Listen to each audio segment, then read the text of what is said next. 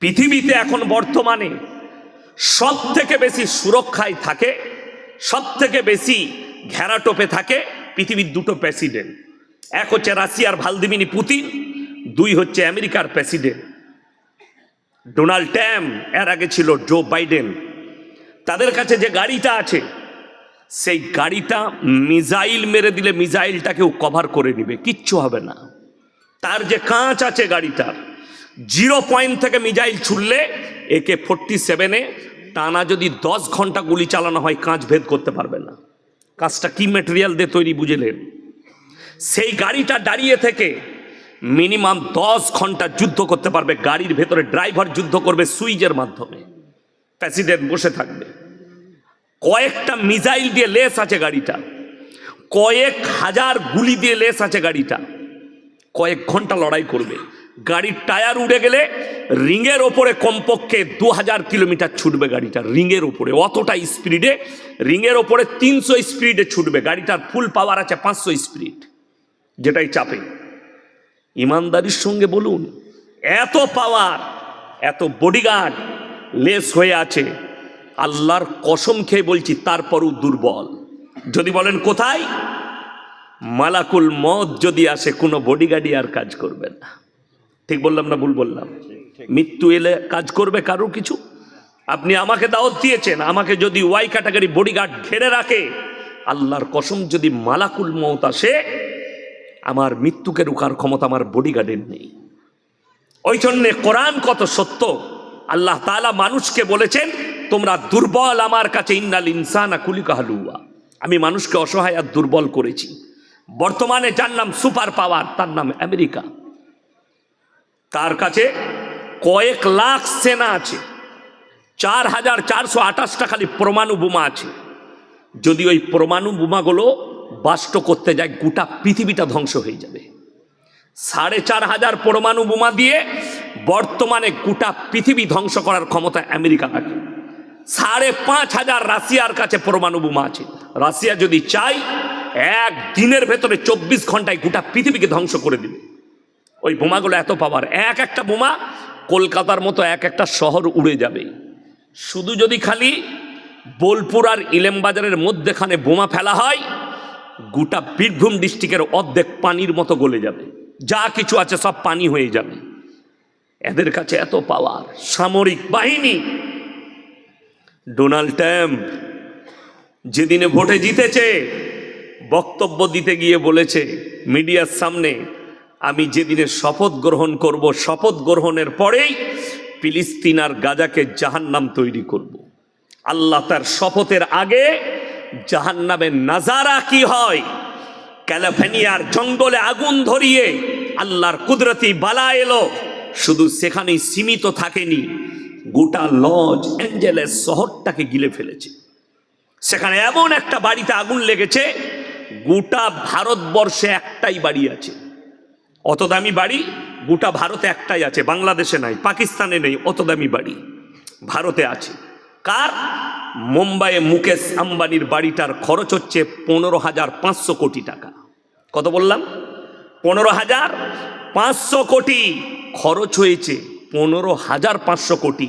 আর Los Angeles শহরে যে বাড়িটা গলে নেমেছে আগুন দিয়ে আল্লাহর কুদরতি বালায়, সেই বাড়িটার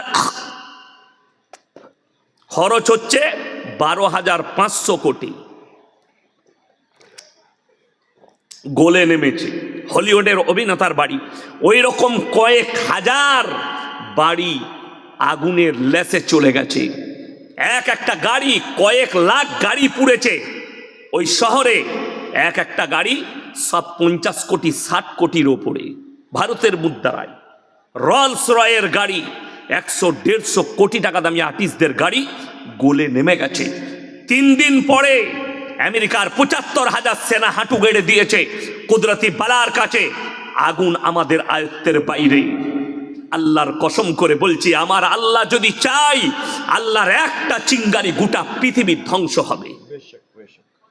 যারা ভাবছেন আমরা মরদ, ওই জন্য সর্বপ্রথম বলে দিই, যারা নেতা আছেন তারা মাজলুমের উপরে জুলুম করবেন না, মাথায় রাখবেন। যারা দায়িত্ব পেয়েছেন, যদি মনে করেন আমি বীরভূম জেলার একটা তাবড় নেতা, আমি যা বলবো তাই হবে। আমি অন্যায়কে অন্যায় যদি ঠিক বলি সেটাও ঠিক হবে। তো জেনে রেখে দিবে তোমার একটা সময় আছে।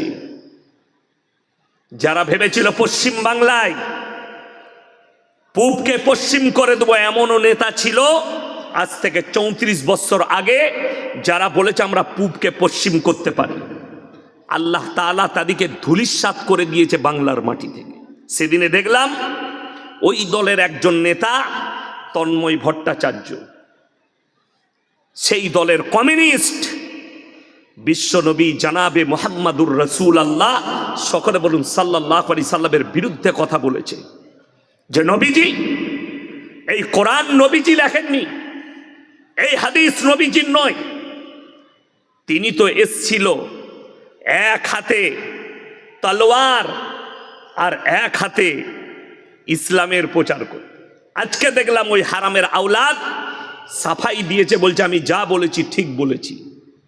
আমি খালি চিন্তা করছি নূপুর শর্মার বিরুদ্ধে গোটা ইলেমবাজার কেঁপে গেল, কলকাতা কেঁপে গেল, পশ্চিমবাংলা কেঁপে গেল।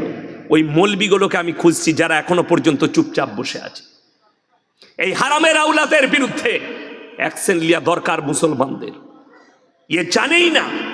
আমি চ্যালেঞ্জ ছুড়লাম তন্ময় ভট্টাচার্যকে, যদি তোমাকে তোমার বাপ জন্ম দিয়া থাকে, আশা করি কমিউনিস্ট হলে ও হারামের আওলাদ হবেই হবে, তার মানে নাস্তিক। যদি তোমার বাপ জন্ম দিয়া থাকে, তুমি ডেট করো, জায়গা করো, ফিক্স করো, আমরা মৌলবীরা বসবো, বেশি লয়, আমরা 3টে মৌলবী বসবো। আর তোমার যতগুলো নাস্তিক বাপের বেটা আছে বস করাও। যদি ন্যাংটো করে গোবর আর মুত খাইয়ে না ছাড়ি, তা ইনশাল্লাহ বক্তব্য করা ছেড়ে দেবো। গোবর আর মুত পান করিয়ে ছাড়বো। কেন? এই মালগুলো বেশিরভাগ গোবর খোর আর মুত খড়ি হয়। হ্যাঁ, তা না হলে তো এই ধরনের কথা বলবে না। আল্লাহর কসম করে বলে যাচ্ছি, যারা মুসলিম আছেন, শিক্ষিত দিকে বলছি, অশিক্ষিতরা না। বেঈমান বেশি হয় শিক্ষিতরা। শয়তান জ্ঞানী ছিল না? জ্ঞানী ছিল না? জ্ঞানী ছিল। ওই জন্যে শয়তান ইবলিস মারদুদ হয় শিক্ষিতরা।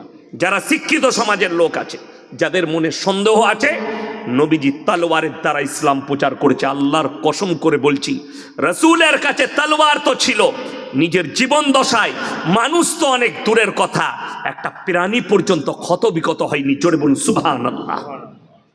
তলোয়ার আত্মরক্ষার জন্য। ইসলামে যতগুলো যুদ্ধ হয়েছে, এই হারামের আওলাদ তন্ময় ভট্টাচার্য জানে না। আমাদের সঙ্গে বস, যতগুলো ইসলামের যুদ্ধ হয়েছে, আল্লাহ রসুল যুদ্ধ করেছেন, একটাও রসুলের তরফ থেকে নয়, সবটাই এসছে বেঈমানদের কাছ থেকে। আল্লাহ নবী আত্মরক্ষার জন্য যুদ্ধ করেছেন, ইসলামকে বাঁচানোর জন্য যুদ্ধ করেছেন। আর শুনে নাও, আল্লাহ রাব্বুল আলামিন প্রথম আয়াত যেটা অবতীর্ণ করেছেন সেটা হচ্ছে ইকরা বিসমি রাব্বিকাল্লাযী খালাক। হে নবী পড়ো। আর আল্লাহ রসুল নিজের মুখে পড়েছেন। জোরে বলুন সুবহানাল্লাহ। এটা আল্লাহর কুদরত। আমাদের সমাজের লোক, কিছু শিক্ষিত লোক মনে করে উম্মি মানে নবীজি মূর্খ। নাউজুবিল্লাহ, উম্মি মানে মূর্খ নয়। আল্লাহর হাবিব সাল্লাল্লাহু আলাইহি সাল্লাম দুনিয়াতে কারো কাছে শিক্ষা গ্রহণ করেনি। শিক্ষিতরা শুনে যান, এই ইতিহাস না জানলে নবীজিকে চিনতে পারবেন না। আজকে ইয়াসিন আমি বক্তব্য দিতে এসেছি, এখানে যদি আমার কোনো শিক্ষক থাকে, সে কি বলবে? ইয়াসিন আমার ছাত্র বলবে না? বলবে না? কথা বলে না? এই যে আলেমরা বসে আছে, ইনাদের কেউ না কেউ উস্তাদ আছে, আছে না নাই? তিনি যদি আসেন, উবাইদুল্লাহ ভাইকেও ডারাতে হবে, আব্দুল হাফিজ ভাইকেও ডারাতে হবে, আমাকেও ডারাতে হবে। তিনি আমাদের উস্তাদ, শিক্ষক। আমি একবার বর্ধমান টাউন থেকে গাড়ি শোরুমে বাসে বাড়ি আসছি, সুপার বাসে। তো আমি যেমনি চেপেছি, আমার স্কুলের একজন শিক্ষক রবি বাবু নাম, অঙ্ক নিতেন 5 6। তো তিনি দাঁড়িয়ে আছেন, আমি সিটে বসে আছি। আমি তিনাকে দেখে দাঁড়িয়ে গেলাম, স্যার আপনি বসুন। আমাকে বললে, আরে ইয়াসিন বাবু, আপনি ধর্মগুরু এত বড়, আপনি দাঁড়াবেন আর আমি বসবো? হবে না। আমি হাতটা ধরে স্যারকে বসানো। কেন? তিনি আমার শিক্ষক, একটা অঙ্ক শিখিয়েছেন, তিনি আমার শিক্ষাগুরু। আমি তিনাকে বস করালাম। আমি তার কাছে ছোট, তার কাছে ছোট আমি। আল্লাহ নবীকে যদি কেউ শিক্ষা দিত দুনিয়াতে, সেই ব্যক্তি দাবি করত মুহাম্মদ আমার ছাত্র, আমার রসুলকে ছোট করা হতো। অর্থাৎ যতগুলো নবী পয়গম্বর আল্লাহ দুনিয়াতে পাঠিয়েছেন তাদের একটাও শিক্ষাগুরু নাই দুনিয়াতে, সকলের শিক্ষাগুরু হচ্ছেন আমার আল্লাহ নিজে। জোরে বলুন সুবহানাল্লাহ। এইটাই হচ্ছে সহি হাদিস।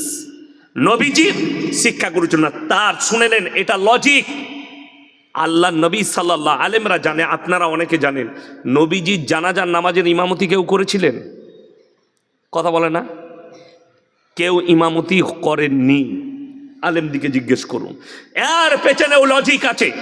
আপনার আমার জানাজার নামাজ হয়, আমার বাপ মরে গেলে জানাজা হবে, ইয়াসিন মারা গেলে জানাজা হবে, আপনার বাপ মরে গেলে কেউ না কেউ ইমামতি করবে, ঠিক কিনা? আল্লাহ নবী দুনিয়া ছাড়লেন, যিনি আদি থেকে অন্ত পর্যন্ত সৃষ্টির শ্রেষ্ঠ, তেনার জানাজার নামাজের ইমামতি কেউ করেনি। নবীজি সাল্লাল্লাহু আলাইহি সাল্লাম দুনিয়া ছাড়ার পূর্বে সাহাবীদিকে বললেন, আমার জানাজার নামাজের ইমামতি কেউ করবে না, তোমরা একা একা নিয়ত বেঁধে আমার জানাজা পড়বে। কেউ যদি জানাজার নামাজের ইমামতি করতেন, সেই সাহাবীর গুরুত্ব বেড়ে যেত। সে বলতো, নবীর জানাজা আমি পড়িয়েছি, আমার রসুলকে ছোট করা হতো, তাই আমার রসুলকে সব সময় আমি ওপরে রেখেছি, নিচেই লয়। জোরে বলুন সুবহানাল্লাহ। এই হারামের আওলাদ আমাদের সাথে বসবে, ও মাইকে চিল্লাচ্ছি, মিডিয়ার সামনে চিল্লাচ্ছি। তো একবার আমাদের সাথে বসে দেখ, মৌলবীদের সাথে বস, আমার সাথে বসতে হবে না। খালি বীরভূম ডিস্ট্রিক্টে যে কোনো মৌলবীর সাথে বস। নাস্তিক বলছে মোহাম্মদ, এই হাদিসগুলো মোহাম্মদের বাণী নয়, মোহাম্মদ লেখেনি, মোহাম্মদ বলেনি, এইগুলো হচ্ছে তার চেলা চম্পটরা বলেছে। নাউজবিল্লাহ, সাহাবীদিকে বলছে চেলা চম্পট। কত বড় মূর্খ, কত বড় জানোয়ারের আওলাদ।